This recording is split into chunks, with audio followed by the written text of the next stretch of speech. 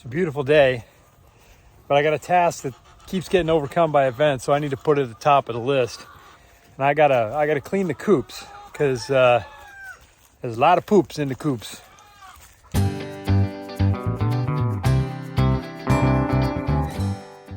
I got a pressure wash. Yeah. Hi, girls. So, Ron.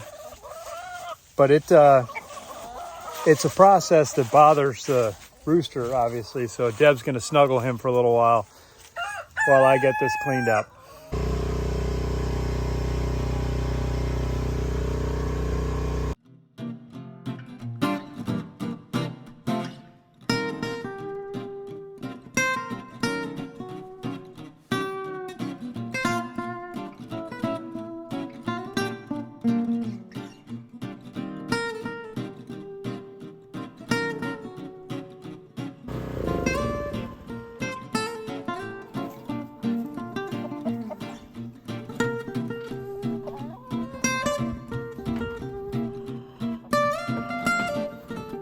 Okay, that first one went well.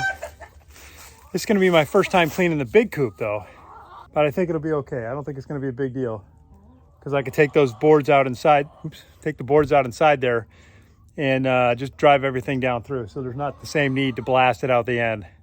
With the little coop, when I built it, I was so concerned about predators, like, you know, rats and raccoons and stuff, that I overlapped the hardware cloth on the bottom to make the holes really small. And I didn't consider drainage, the poop going out. So that's why it's a bit more of an effort there. But this should go pretty well.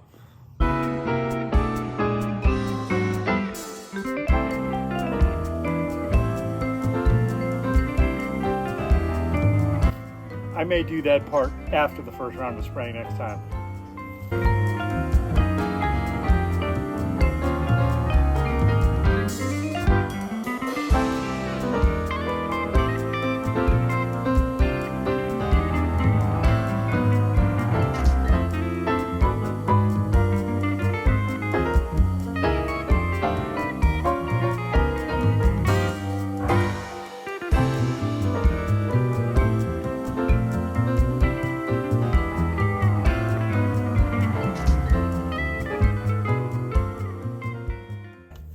That wasn't bad. That was easier to clean. It just took longer. It's a lot bigger. Some lessons learned. If you're gonna try to blast chicken poop down through mesh like that to the ground, get right up on it and blast it from directly above. Don't stand back and try to, you know, push it from afar like phoning it in. Because all that is a stiff breeze and you suddenly find yourself in a brown tornado. If you haven't done it before, you'll figure it out pretty quick. You'll find what works best for you. I had a couple of unfortunate blowbacks. That's just what happens. But all right, I think we're good. If you're wondering, you're probably not, but I have their main water bucket set over there, but it's not underneath where they poop, because I thought that went through. So it's protected out here. So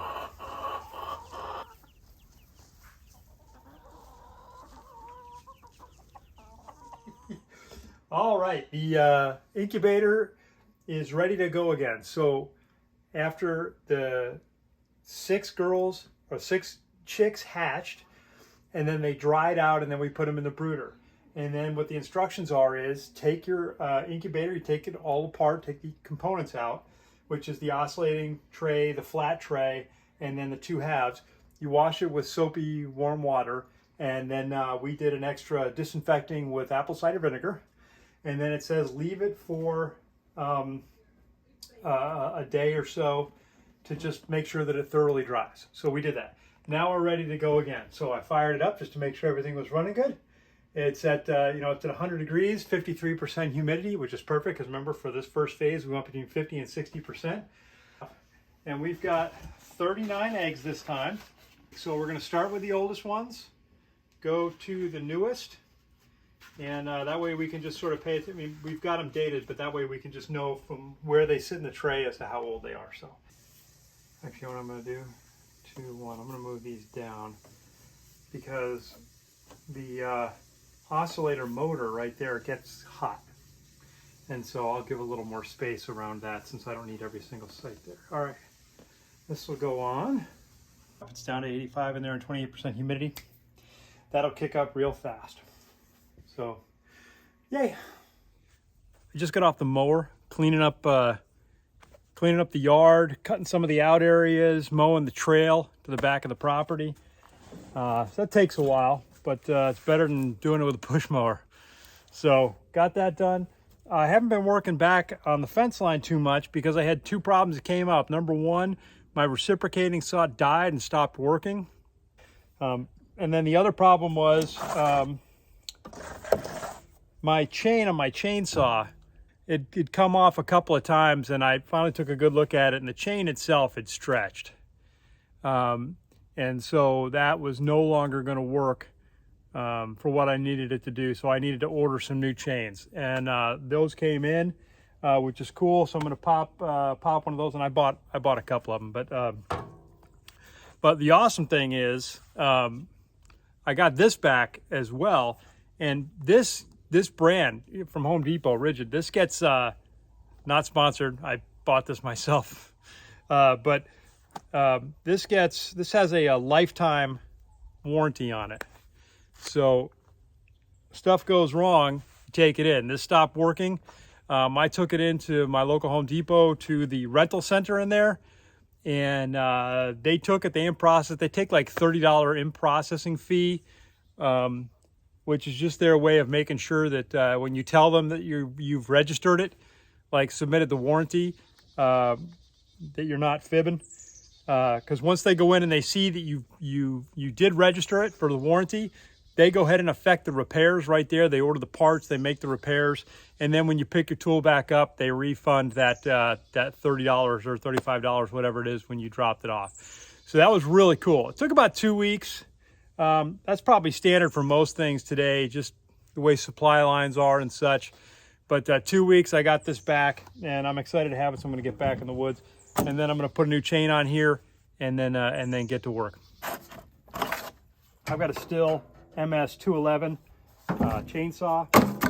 If you've never seen a blade get changed or new chains put on, it's really not that cosmic, especially with this, because Stihl makes it really easy. So chain is already off this one, but all I'm gonna do is boom, take off the housing like that. Here's the bar for the chain. This is how it tightens and loosens, and that's touches with this little plus minus lever there. So knob, you can spin that and it turns this, and it extends or retracts the bar as depending on the direction you turn it. Chain I ordered online, and looks pretty good. Nice. Got to make sure I can get it undone. It's almost like if you get a slinky twisted up, you feel like it's never coming back to life. Sometimes it feels like that with these. I want to make sure I'm going in the right direction. I don't know if we can see this or not. See these teeth? They got the pointy end over here. Not sure if I'm doing it justice here.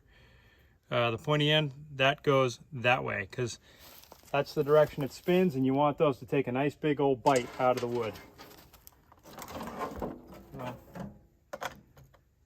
the bar on, and then just basically string the chain. Goes around the gear back here, down into, oops, sorry, my arm's in the way, down into the groove in the bar. That's a little out far, so I'm gonna retract it just a little bit. Oh, this is gonna fit so nice. There we go. There it is.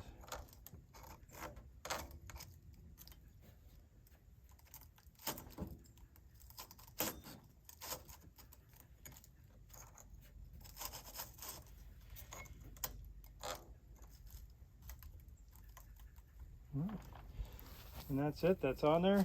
I'm gonna flip this up, put it on. I'm gonna leave it a little bit loose. Now that's gonna make sure that the bar doesn't pop off. while I'm tightening it. And what I want to do is just, that's actually in pretty good shape there. But you can see how the bar pops up and down like that. Okay, so what you want to do is you want the tension on the chain to be based on the bar in the up position. A couple different ways to do it. You rest it on something, you lean on it. Anyway, just put that upper tension and then make sure you've got the right amount of play on that, and that looks about right to my eye. You'd have to ask a real expert what that means, but in terms of actual amount of play on the chain.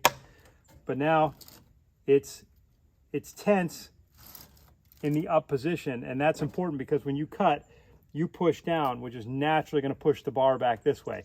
If you tighten it in the lower position and that chain bar moves up, it'll loosen the whole thing, and then you could throw your chain.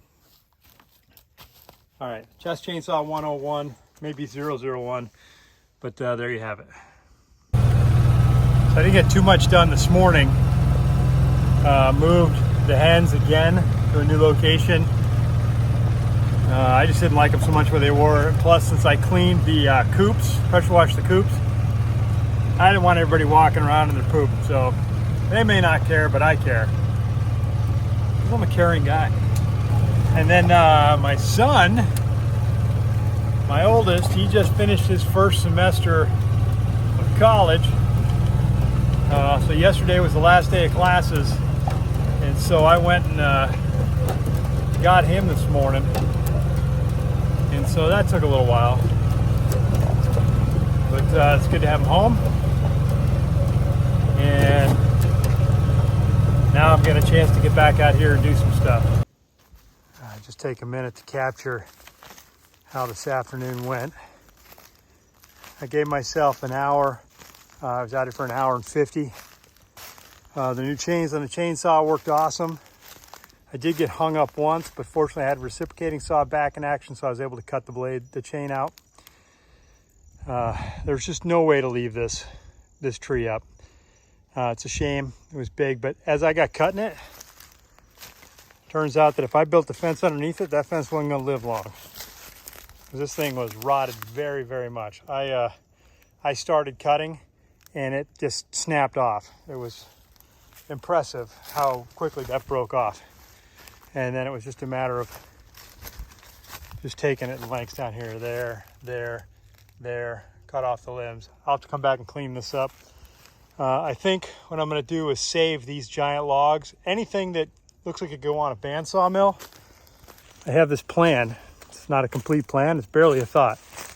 But I thought it might be cool to save all this oak and then get it bandsawed down to like 3/4 inch or inch and make hardwood flooring out of it.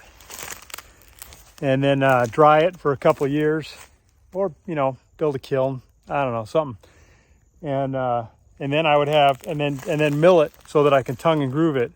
And I could have some amazing flooring. I mean, I think just in what I cut there's enough to do a couple rooms in the house at least. And I'm just making it like 12-foot lengths.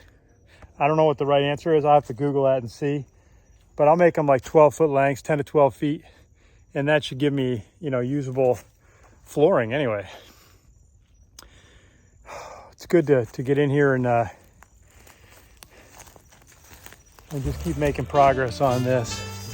I really want to get this fence line done. I'd like to get it done before Christmas. All right.